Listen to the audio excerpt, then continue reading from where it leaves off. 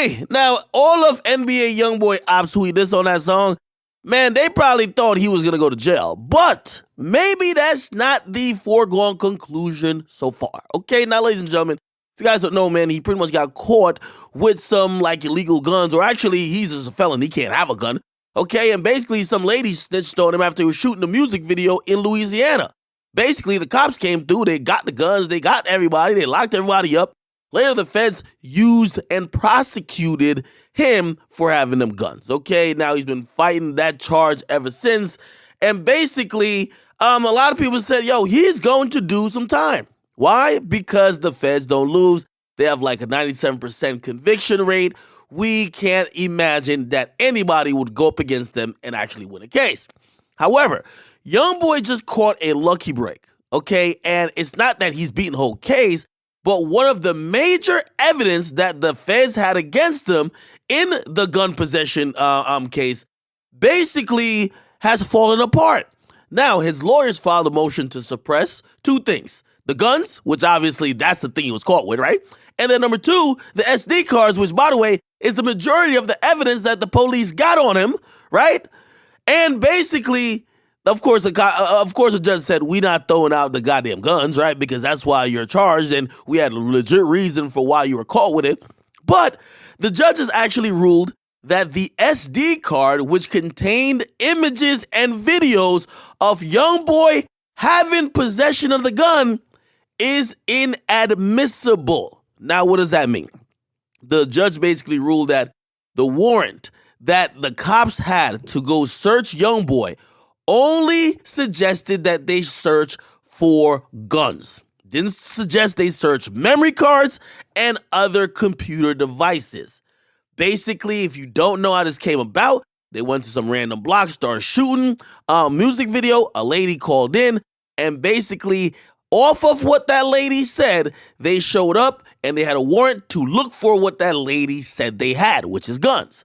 So yes, the cops had a warrant to find the guns and search for the guns, but they did not have a warrant to search electronic devices, okay?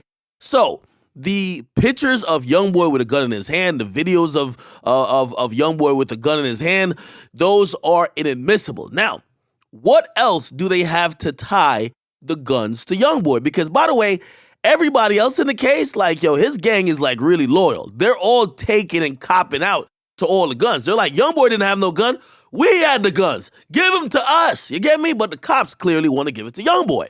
Now, everybody else is taking pleas, or not taking pleas, but they're taking ownership of the guns, right? And by the way, the feds only came for Youngboy in this situation, right? Like the other guys got like, state charges, right? Youngboy got a federal charge because clearly, he's a big name, this and third. Again, speaking with people who are familiar with how the feds move, they're definitely targeting Youngboy, right? Remember they labeled the whole thing never free again? Remember that?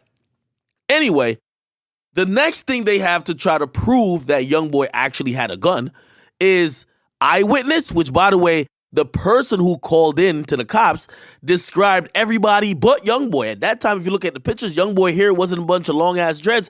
The person said when the cops asked over the phone, yo, who got the guns in their hands? The person said, I don't know, it's a bunch of dudes with long dreads. That's not Youngboy at that time, right? So again, that's not a reliable eyewitness statement, right? Which means that person probably didn't see Youngboy with a gun. Second thing is DNA. We keep bringing up DNA. Now, there's a bunch of DNA ran, right?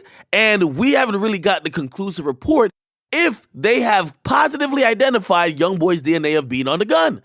And that's going to be probably one of the things that is going to determine how real this case is in terms of how safe and secure the prosecutor is in going to trial with this. But one of the biggest things they had against it, right? It was basically an eyewitness. The fact that he was on video and on pictures with these guns in his hands because of the SD drive or the SD card of the cameraman, that evidence is now tossed out. The case is looking a lot better for NBA Youngboy. We will see what he does. Again, the feds still don't lose, but it don't mean that they're stupid either. If their case is getting weaker, they might give him a really, dope plea that, maybe he does a year. I don't know. Again, some of these have statutes where they can't go around. So, shit, it might be up to Youngboy to really just take the whole thing to court.